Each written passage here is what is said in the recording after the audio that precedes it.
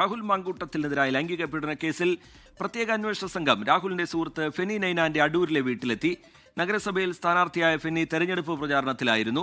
Police വീട്ടിൽ കയറി ഭീഷണിപ്പെടുത്തിയെന്ന് Feni ആരോപിക്കുന്നുണ്ട്. Feni police സ്റ്റേഷനിൽ കുത്തിയിരുന്ന് പ്രതിഷേധിച്ചു. എൻ്റെ വീട്ടിൽ പോലീസ് അതിക്രമിച്ചു കയറുകയാണ്. വീട്ടിൽ അമ്മ മാത്രം ഉള്ളപ്പോൾ ഭീഷണിപ്പെടുത്തുകയാണ്. ഇതെന്ത് തരം ജനാധിപത്യമാണ് ഇവിടെ നടപ്പിലാക്കുന്നത്? ഒരു സ്ഥാനാർത്ഥിയുടെ വീട്ടിൽ എനിക്കെതിരെ ഒരു വാറണ്ടോ മറ്റ് കേസുകളോ ഒന്നുമില്ല. അടൂർ പോലീസ് സ്റ്റേഷനിൽ ഞാനിത് വന്ന് തിരക്കിയപ്പോൾ അടൂർ പോലീസ് സ്റ്റേഷൻ്റെ വണ്ടി അവിടെ വന്നിട്ടില്ലെന്നാണ് അവർ പറയുന്നത്. പിന്നെ ഏത് സ്റ്റേഷനിലെ വണ്ടിയാണ് വന്നിരിക്കുന്നത്? ഏത് പോലീസുകാരാണ് വന്നിരിക്കുന്നത്? കൃത്യമായി ഉത്തരം തരാൻ പോലും ഇവിടുത്തെ പോലീസുകാർ തയ്യാറല്ല.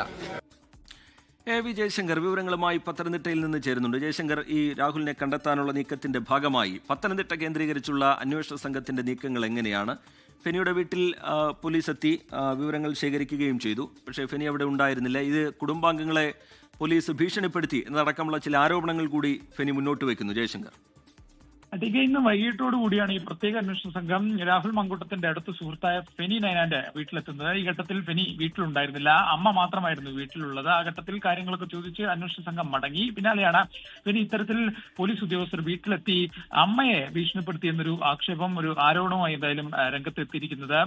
താൻ തെരഞ്ഞെടുപ്പ് പ്രചരണത്തിലായിരുന്നു. ആ ഘട്ടത്തിലാണ് തന്നെ അന്വേഷിച്ച് പോലീസ് എത്തുകയും കാണിച്ചു തരാമെന്നുൾപ്പെടെ ഭീഷണിപ്പെടുത്തി എന്നാണ് ഫെനി എന്തായാലും ഈ വിഷയവുമായി ബന്ധപ്പെട്ട് ആരോപണം ഉന്നയിക്കുന്നത്. ഒപ്പം തന്നെ ഫെനി നിലവിൽ ഈ അടൂർ പോലീസ് സ്റ്റേഷനിൽ പ്രതിഷേധിക്കുകയാണ്. കാരണം അനാവശ്യമായി പോലീസ് ഈ സർക്കാർ തന്നെ വേട്ടയാടുന്നുവെന്ന് ആരോപിച്ചുകൊണ്ടാണ്, ഇല്ലെങ്കിൽ അത്തരം വിഷയം ഉന്നയിച്ചുകൊണ്ടാണ് നിലവിൽ അടൂർ പോലീസ് സ്റ്റേഷനിൽ ഫെനി പ്രതിഷേധിക്കുന്നത്. ഈ ഫെനി തന്നെ നേരത്തെ നമ്മളോട് ഈ വിഷയത്തെക്കുറിച്ച് പ്രതികരിക്കുകയും ചെയ്തു. നിരന്തരമായിട്ടുള്ള ഒരു വേട്ടയാടുണ്ടാകുമെന്നാണ് ഫെനി പറയുന്നത്. ഈ പ്രതിഷേധത്തിനിടെ ഈ അടൂർ സ്റ്റേഷനിലെ പോലീസുകാരുമായി ഫെനി വാക്കുതർക്കത്തിൽ ഏർപ്പെടുന്നതും എന്ന സംഭവം അല്പസമയം മുമ്പാണ് ഉണ്ടായത്. എന്തായാലും ഇപ്പോഴും ഫെനി സ്റ്റേഷനിൽ കുത്തിയിരുന്ന് പ്രതിഷേധിക്കുകയാണ്. ഇങ്ങനെ നിരന്തരമായി ഒരു കേസ് പോലും ഇല്ലാതെ വേട്ടയാടുന്നതെന്നാണ് ഫെനി ഈ വിഷയവുമായി ബന്ധപ്പെട്ട് പറഞ്ഞത്. എന്തായാലും പ്രത്യേക അന്വേഷണ സംഘം അടൂർ കേന്ദ്രീകരിച്ചുകൊണ്ടുള്ള പരിശോധനയിലാണ് നിലവിലെന്നാണ് മനസ്സിലാക്കുന്നത്. കാരണം രാഹുലുമായി ബന്ധപ്പെട്ട പ്രധാന ബന്ധുക്കൾ, സുഹൃത്തുക്കളൊക്കെ തന്നെ അടൂരിലാണുള്ളത്. അതുകൊണ്ട് തന്നെ രാഹുലിന്റെ നീക്കങ്ങൾ അറിയാൻ അടൂർ കേന്ദ്രീകരിച്ചുള്ള അന്വേഷണം, അടൂരിലെ രാഹുലിന്റെ ഏറ്റവും അടുപ്പക്കാരെ ചോദ്യം ചെയ്യണം എന്നൊരു നിലപാട് അന്വേഷണ സംഘത്തിലുണ്ട്. അതുകൊണ്ട് തന്നെയാണ് ഇത്തരത്തിൽ നീക്കവുമായി അന്വേഷണ സംഘം വൈകിട്ടോടുകൂടി അടൂരിലെത്തിയത്. ഇപ്പോഴും ആ സംഘം